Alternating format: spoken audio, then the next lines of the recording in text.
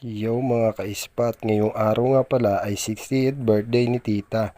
Kaya yon, naggayak na kami dahil nagiya silang maligo sa resort. Kaya tara, let's go, samahan nyo kami. Dito nga lang pala kami sa pinakamalapit na resort, no, dito mismo sa Sabang. Paglabas lang dito sa Merry Grace, subdivision na Merry Grace. Meron na palang resort sa pinakalikod ng LTO. Sabang, no.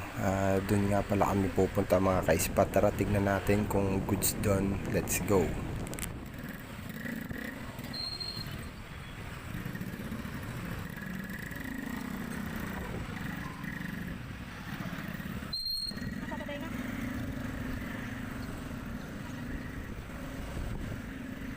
Oh, traffic.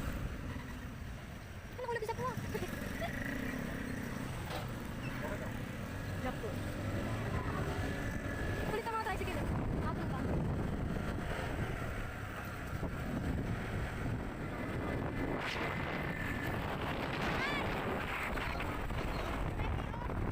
At yun mga ka-ispat, maya maya nga nandito na kami sa LTO.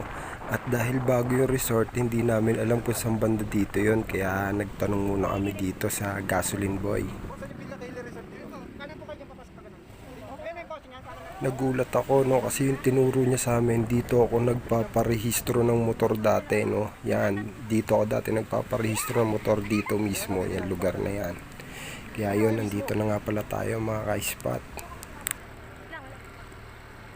Luwag dito. Ano to, dito ako nagpaparehistro ng motor dati. Vision test. May mga tao pala eh, wala ko private. Pa, malaki yan. May iba't ibang side, syempre.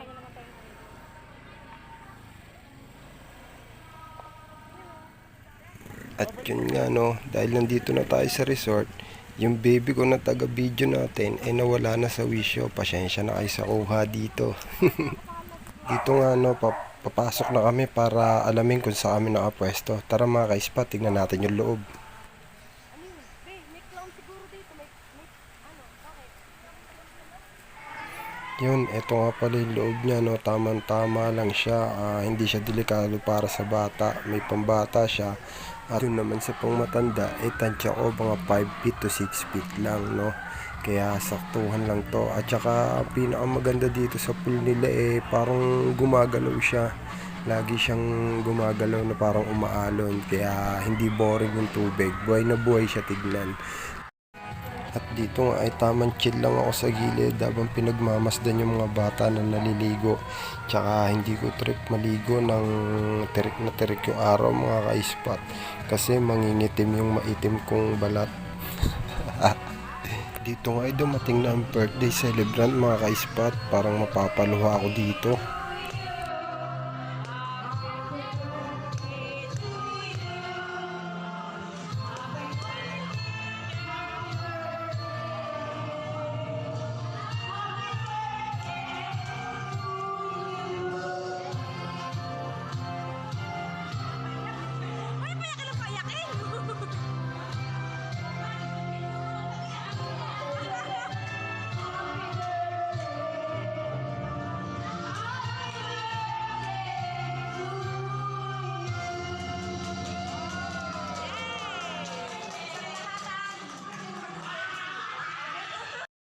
At pagkatapos ng makantahan ng happy birthday si Tita Merly ay nagkapwestuhan na naman ng mga tropa. Kaya yun, enjoy na naman si ka-ispat nyo.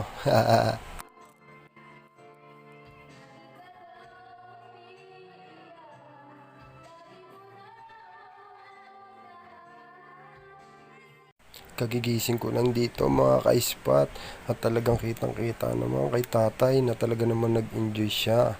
At yun nga, no, dito sa mga oras na to ay madaling araw na kaya kailangan na namin umuwi. Dito nga ay nakalabas na kami mga ka-ispat. Yung iba nga pala sa amin ay nauna na umuwi dahil nga isang kwarto lang yung nakuha dito at hindi kami kakasya, masyado kami madami. Kaya yon, lahat ng gamit nilabas na namin para makauwi na rin kami. Ayun o, titignan ko lang yung pangalan na ito. Unti-unti mo.